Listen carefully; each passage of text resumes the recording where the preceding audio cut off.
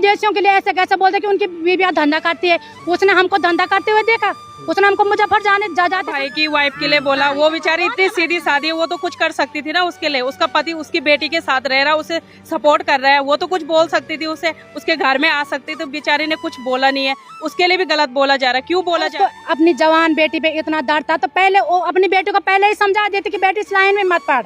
कुछ लोग मेरे को पर्सनली धमकियां दे रहे हैं, मैंने कुछ गलत नहीं किया। सपोर्ट करने वाला होटल वाला है, सपोर्ट करने वाला सब चीज तो उसने करवाया उसका। वही तो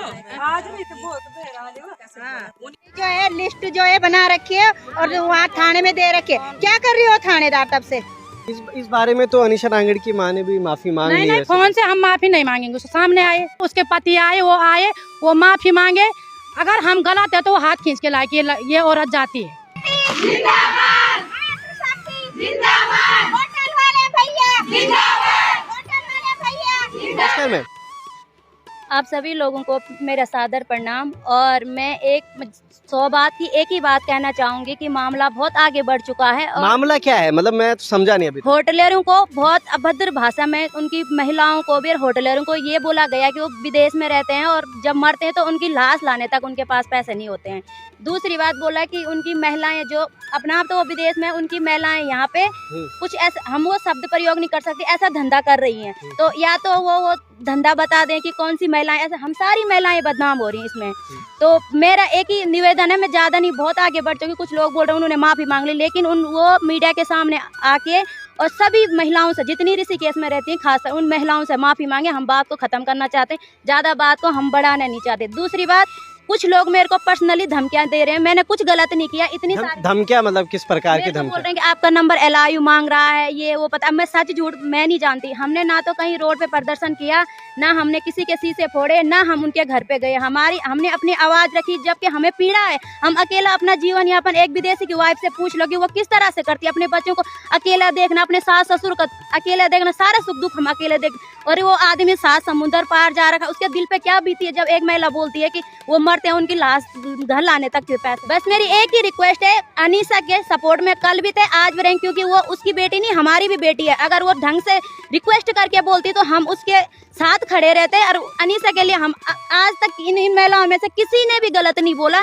जब हम उसके माँ के खिलाफ है, उनके शब्दों के खिलाफ है, वो माफी मांगे। हम बात को आगे नहीं बढ़ाना चाहते हैं। बस माफी तो उन्होंने मांग ली वैसे। सर आप देख लीजिए वो वीडियो उठा के, उस किस तरह से उनके चेहरे पे एक भी वो दिख रही है, सिकन दिख रही है कि हाँ उन्होंने कुछ ऐसा गलत बोला। मुझे तो नहीं लग रहा। इन महिलाओं को से भी पूछ लो आप, उनकी जो उनकी माफी ना, मतलब वीडियो आ रही है, मतलब ऐसा एहसान जता रहे हैं वो कि हाँ मैंने कुछ लोगों के लिए बोला। कुछ लोगों के वो कानूनी सहायता लेते, कानून से मदद मांगते हो। अगर उनके पास धमकियां आ रही थी, हम मानते हैं उस चीज को, किसी की बेटी को बदनाम करना अच्छी बात नहीं है। और वो कैसे जानते हैं कि वो होटलियर थे जो उनको ट्रोल कर रहे हैं। और एक जो कलाकार होता है वो ट्रोल होता ही होता है। अगर उनका इतना वो था तो अपनी बेटी को नहीं भेजते। उसने अभद्र शब्द बोला, वो हमारे सामने आए, किसी लेडीज का हाथ पकड़ के मुजफ्फरनगर जाती है, ये धंधा करती है, तब हम उसको माफ रख करेंगे। दिए, आयोग में भी रख दिए, महिला आयोग में भी रख दिए बात। महिला आयोग में रख दी गई। अच्छा, ये भी मैंने सुन रहा हूँ कि आप लोगों को धमकियां भी आ रही है। कैसी धमकियां आ रही है? धमकियां आ रही है कि भाई तुम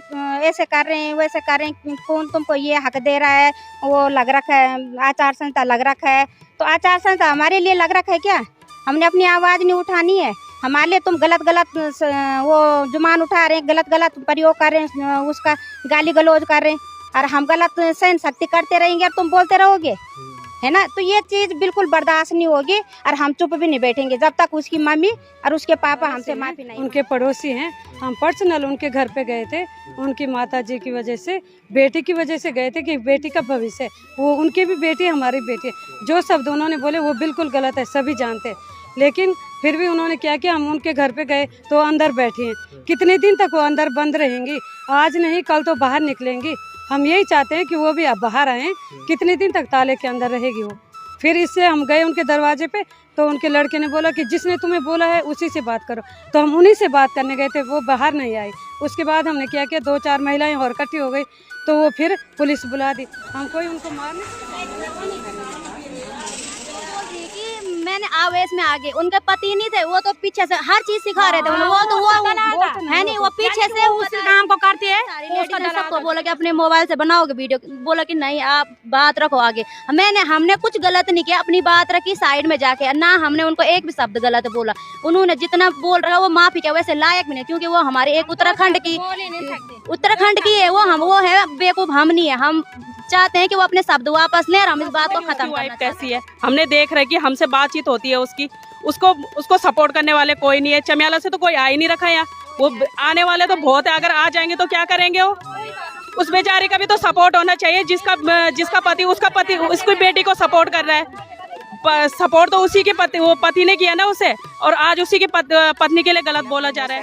ये तो हम नहीं बोल सकते हैं, ठीक है। शर्म आ रही हमको भी और शर्मिंदी है। हमने भी अपने बच्चों के रिश्ता करने हैं, इधर उधर भी बनाना है। कल के दिन लोग बोलेंगे यार नहीं यार ये होटल वाले हैं ऐसे हैं, इनके माँ बाप ही ऐसे हैं, तो हम कैसे इनके साथ रिश्ता कर सकते हैं। तो आगे के लिए भी हमारे लिए शर्मिंदगी है, मतलब कि नहीं बता सकते हैं, ठीक है। तो ये सबसे पहले कि लाइफ में आके नहीं है, सबसे महिलाओं से माफ़ी मांगे, जो उन्होंने बोला है उनके लिए माफ़ी ज़रूर मांगनी चाहिए उनको।